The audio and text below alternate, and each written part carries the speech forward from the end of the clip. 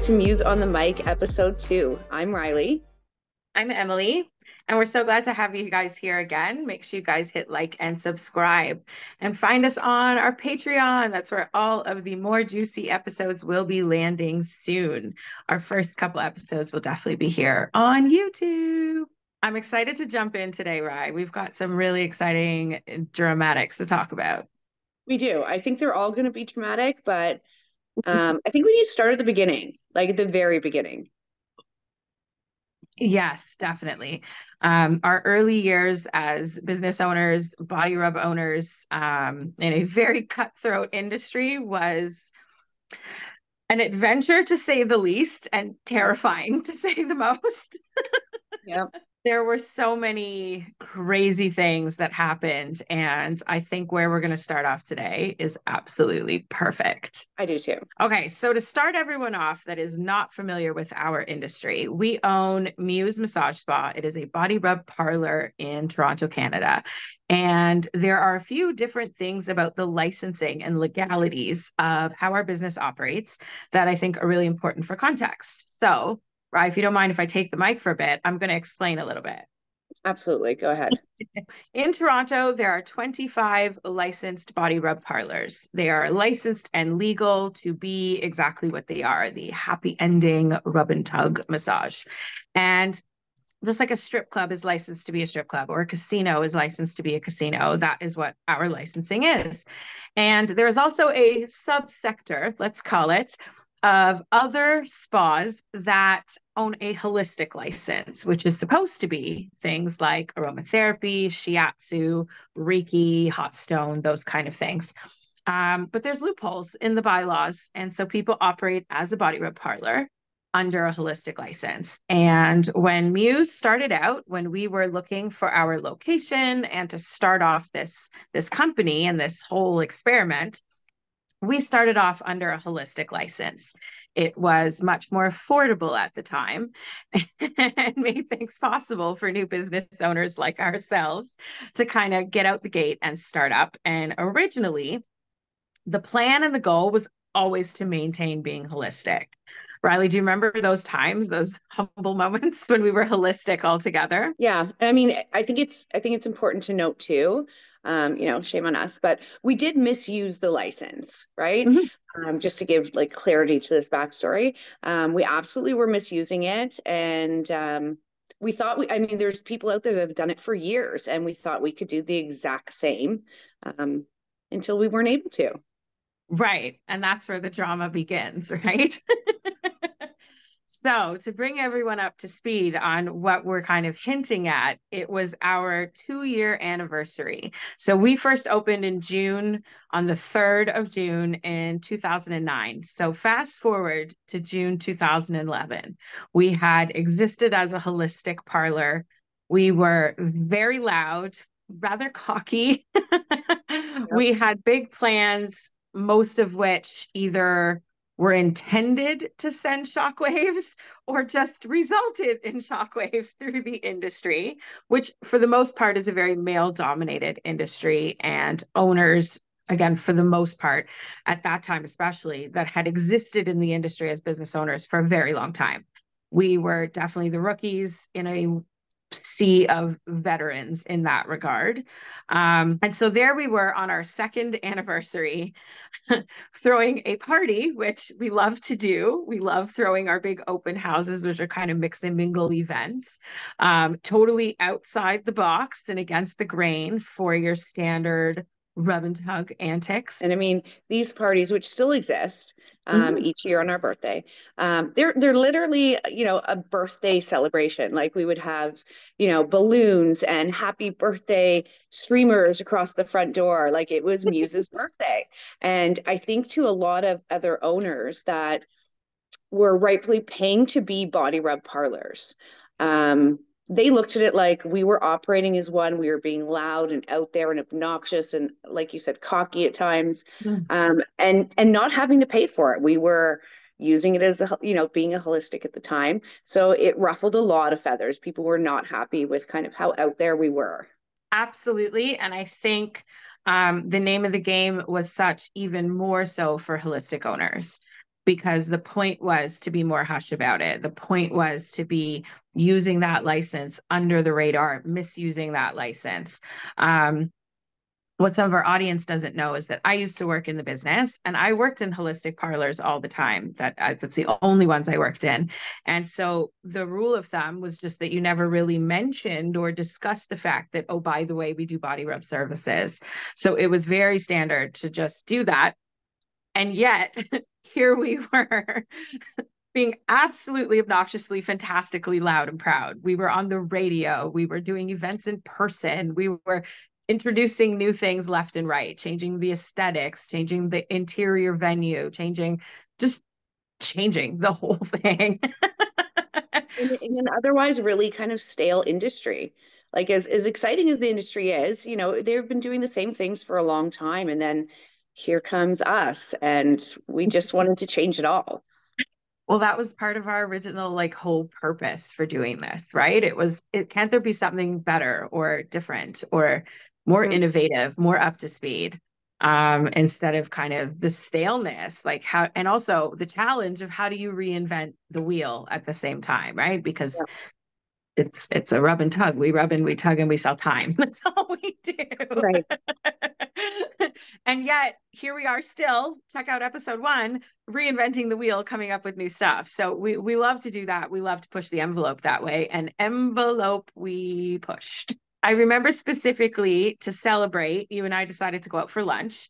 Hmm. And across the street from our Toronto location is this pub, the Firkin Fiddle, whatever thing it is. We still And exist. We that's still go. we still go, and I still don't know what it's called. So we went to go have our boss dinner and have a little toast. Cheers to celebrate the whole 2-year accomplishment. Really, we were pretty pumped and pretty excited, and we loved the drinks and the food. So we were like, let's go to the Firkin. And I remember just feeling like we were floating on a cloud when we walked in and got our table. I remember sitting in the booth where we can literally directly see the building in front of ours from out the window. So we're like right close to home as we do this. Yeah. We order our food, we're chit-chatting, doing our usual stuff. And moments before the food hits the table, my phone rang. It was the spa. I ignored it because we're having lunch. I said we'll be We're back in busy. like an hour. We're busy, right? And then your phone rang and you ignored it too. And then my phone rang again. And then my Yeah. phone rang again. And at that point, we just had to obviously answer the phone. Yeah. And it was literally, I remember like the plates hit the table as I'm on the phone. And our manager at the time was like, you guys have to get here immediately. There are like 15 cops and bylaw officers here. Get here stat. Yeah. As my heart starts to race to telling the I think my story. hands are like sweating all over again. It was terrifying and like shocking. We'd never experienced anything like this before. So I mean, we get occasional inspections and visits to check licenses, just like you get pulled over at the side of the road to check if people, are drinking or something. Like it's a standard check. This was no standard situation. So we never got to eat. I think we threw down some cash and like ran out the door. And I don't know if you remember, but I certainly remember walking back into that spa. Do you remember the scene? I do. I do. I think the clients were kind of put in were they in the lobby or in the hallway? They were No, in the sorry, they were in the lobby. lobby. Girls lined up in the hall, and we were walking into, school, hauled into the principal's office, in our office, which is a quite, a pretty small room with, I believe it was 3 gentlemen and ourselves. And it was the nightmare began. What we thought was this smooth sailing ride, and we're in business and things are going great and we're celebrating. It was like black cloud over our heads. Everything was changing. Absolutely. I remember my heart like feeling like it was in the pit of my stomach. Immediately hopped on a call to our lawyer, who conveniently had just moved up the street from us from way downtown. And he was able to come flying over really, really quickly. And I remember specifically as we were sitting with those 3, they were bylaw officers, like almost unable to hear them because all I could hear was the sound of my own heartbeat. Just Right. like boom, boom, boom, boom, boom, like throbbing in my ears. And we're like, what the F is happening right now? And so luckily lawyer got there really, really quick, and he was able to come in and kind of manage, I don't know, conversation, really lead the discussion, because we were dumbfounded. And these officers laid some pretty heavy information, heavy news on us. That was something that we didn't have much choice but to do. I don't know if you want to tell everybody, right? I'm so nervous. I'm sweating. Essentially, I know it brings you right back. I mean, essentially, we were told we are operating as a body rub and we better find a license. And I don't know if you included this in the backstory, but there are only 25 licenses in the city of Toronto and they are all occupied. So to find a license isn't just as simple as going to the city. You have to convince or find someone that's selling at whatever astronomical price they choose to put on that. So we knew that when they were saying, you know, find a license or we are going to shut you down. There were a lot of tears. I'm not much, or I wasn't much of a crier back then. There were tears. It was like our entire livelihood was going to be flushed, like literally down the toilet. I know it was very like life flashing before your eyes kind of moment. And no prior experience on what this meant for us, or any like precedent or reference of even other parlors that we could be like, oh my God, this happened to so and so, I remember it, or anything like that. We were just so green and so scared, and cried a lot as well. I remember going home bawling my eyes out for like days afterwards. And like you said, like the purchase price for a body rub license, a grandfathered license that you're buying from another probably flourishing business, is no small expense, to say the least. And we had just gotten out of debt. Yeah. Just. I remember specifically that very same day in the morning, we had just done our first renovation and expansion. We expanded into the back portion with 2 additional Right. rooms and a huge staff room. And we had handed our contractor our final check that morning before this all went down. So here we were plunked with this like situation of do or die. And now we were looking at an expense, like you said, where they're so expensive to buy. I mean, the most expensive one I'd ever heard was 1.1 mil. Right. I think the lowest was like almost 200K. And so like Both of more which we didn't F-bombs. have, right? Right. Did not have, could not afford. There's no like even plan to go there in any sense or form. Like it was, we were so thrilled to be renovated and expanded because we were busy and all of that kind of stuff. We were just happy it was 2 years. We just wanted to Yeah. have lunch. We wanted our Caesars. We wanted some white wine. We wanted our appetizers that we love at this one place, and like make it easy peasy. And it ended up being devastating. And I remember our lawyer being more stern than I had ever seen him before, not with us, but just with the situation, Yeah. discussing with these bylaw enforcement officers, trying to kind of like not negotiate, but like wiggle the terms a little bit, or like, guys, like, what is this kind of thing? And I think it was the next day we were told we had to come to their main head office down on the Esplanade downtown. Yeah. And from my knowledge, I had worked in the industry for years. From my knowledge at that point, I was about 10 years in. I'd never heard of a place on the Esplanade. I was like, what in Area 51 are you talking about? Because that makes Right. no sense. Like, you're in Mortimer and Coxwell. What are you talking about? Like, then you guys moved to Queen Street. Like, what Esplanade where? And I remember our lawyer's tone being extremely serious about this meeting. Like, the fact that we got called to the Esplanade was like the most dramatic, in high intensity, like, guys, this is no joke. And we were terrified, terrified. Yeah. I remember that day like it was yesterday too. It was cold and dreary, and so was the mood. In the meantime, we had been start like searching around for a license to obviously purchase, right? Like we had to find one, and we were striking out left and right. Like it was actually terrifying for a while. None of the big players wanted to sell, obviously. And it seemed like at that time, none of the small ones wanted to budge either. Well, and Um, I think a lot of the big players were quite the reason we were in the situation we were in. So of course they're not going to sell to us. But that's kind of getting into the cattiness of the industry and the hate against us. But Absolutely.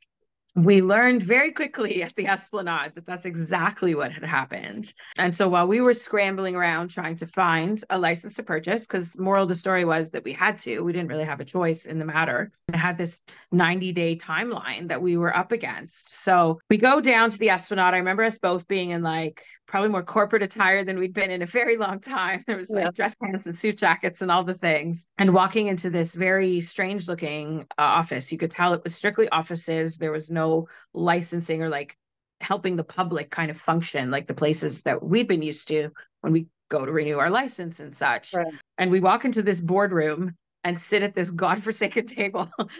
I'm still so salty about it. And I remember like I think I was here, you were here, and lawyer was on the other side of you, if I remember correctly. And the supervisor's supervisor or whatever came into the room and smacked down a stack of manila folders that was probably yay high. It was a good foot and a half, maybe 2 feet tall. Yeah. And both of us just looked at each other like, what's going on? What did we do? What is this? Yeah. Like, and I remember our lawyer's face being absolutely befuddled because he has no idea what's happening. This has never happened before. He's like, he had told us he'd never even had an owner come down to this place. He had barely been in this Esplanade place. Yeah. And then this stack of papers. And he was like, what in God's name is going on? Like, what on earth is happening right now? And I remember opening the top of the file folder, the very top one, and just flipping page after page. And it was everything from printouts of our website, printouts of online reviews, printouts of online fake news and tabloid stuff that had been posted about us personally, professionally, all of the things. And the further we went, the scarier it got. There was paparazzi photos, in essence. It was as if a private investigator or somebody with like one of those scope cameras had been following us. There was photos of you getting in your car in the parking lot. There was photos of me at the bus stop at the time I took the bus. That's how new and green we were. There was like pictures of me at the bus stop in front of my house. It was terrifying. It seemed like everything we tried to do, someone had been following us and taking photos and submitted this entire file to licensing. And I remember the supervisor telling us such. He was like, some of your competitors absolutely hate you, are out to get you, and your only saving grace is get a body rub license. Yeah. It was a tough day. And I remember even the walk back to the car, to the parking garage. Again, I believe there were tears. And I remember our lawyer, he's such a sweet guy at times. He's still our lawyer, like literally consoling us because we thought this was it. And, he started hunting because he does know people in the industry. Who can we turn to? Who's selling? Let's try to find something, which, I had faith that, maybe he could pull something off. But even if he did, where is this money coming from? Like whatever price they put on this license, how will we afford it? It was so dramatic and so terrifying and unexpected. I remember that walk back afterwards, and I'm usually the more emotional one between the two of us. And I remember being so angry and so shocked by it all. I just remember walking really, really fast. I think I was way ahead of you guys for a while, just like down the street. And like we had to go into the parking garage where we had parked. And I remember our lawyer kind of calling after me, being like, Emily, come here. Like, come here. What's going on? Like, this isn't like you. Cause I'm normally loud and will say how I feel about something. And I didn't speak in that meeting. I didn't say anything on that walk home. I was just fuming. Like if it was a cartoon, there was smoke coming out my ears as tears just rolled down my face. And he just hugged me and I crumbled like when someone says it's okay and then they hug you and you're like, Yeah. and I burst into a million tears and I will never forget that hug. It was so comforting and needed and such like a business aside kind of moment. It was just he saw us as human beings like really scared and really upset, and wanted to make sure that we knew he had our back and that everything would be okay and so on and so forth. Meanwhile, he had no answers for the things that we needed answers to at the time. Like, where are we going to get this license? Where are we going to get that money? It was a wild, wild experience. And obviously, we're here 14 years in a podcast later. Right. But the We story made it. actually, it gets crazier from there. The next 3 months to run out that 90-day clock was so messed up and so much, pardon my French, but like fuckery, so many shenanigans and things done to us and to stop us and to block us and to slander us, and all, like, we are the original victims of fake news, hands down, before For it sure. had a name, as well as doxing before doxing had a name. In our industry, we just called it being outed, which is absolutely life threatening for anyone in this industry. And the amount of things that happened from like that Esplanade meeting onward until October was just the most petrifying, edge of your seat, could barely sleep, nail biting, intense like time of, I think, my whole life, especially as a business Mhm. owner, but I think even in my professional life altogether. And I mean, maybe we should save some for episode 3. I think we definitely Once should we leave get it into the there. rest. But at that point, as we continued forward, it became evidently clear our haters, our competitors wanted us to be taken down. And I think we forgot to mention there was even opening. There was a bet placed amongst them of how soon we would be closed. So they certainly were on a mission. And as we kind of develop in this story, which I think we should save a bit for the next episode, it became very clear that's exactly what was happening. Absolutely. I forgot about the bet. I know. I remember thinking at the time it was almost like when like your office friends mark the calendar to bet when like your baby's gonna come or Yeah. something. And it was like literally people laying bets on what day was gonna be us belly up and Muse was gonna be a big failure. Hi friends. We're still here. Love you. Kisses. Didn't You know, work. I think as we've matured and we've gone on this journey, first of all, we don't panic about things like we used to. We're a little more timid about some things and yet give no F's about others. Like there are some things where Yeah. you can't ruffle my feathers with stupid comments or, what's posted on the internet. I mean, this morning alone, there was stuff on the internet that was completely false about us. There was like 4 different Yeah. things before 11 a.m. And I like, whatever. But the difference now is you send it to me with like the laughing emoji opposed to the crying emoji. Like we don't have time for this shit. So true. Those things used But keep to talking be, about us. I mean, it's the standard thing, like all press is good press, right? Yeah. And the more people pay attention, the better it is for everyone. I honestly believe that our competitors put us on the map in ways we never could. Absolutely. It's It's true. some of the best money they've ever wasted. And I think that part is absolutely awesome.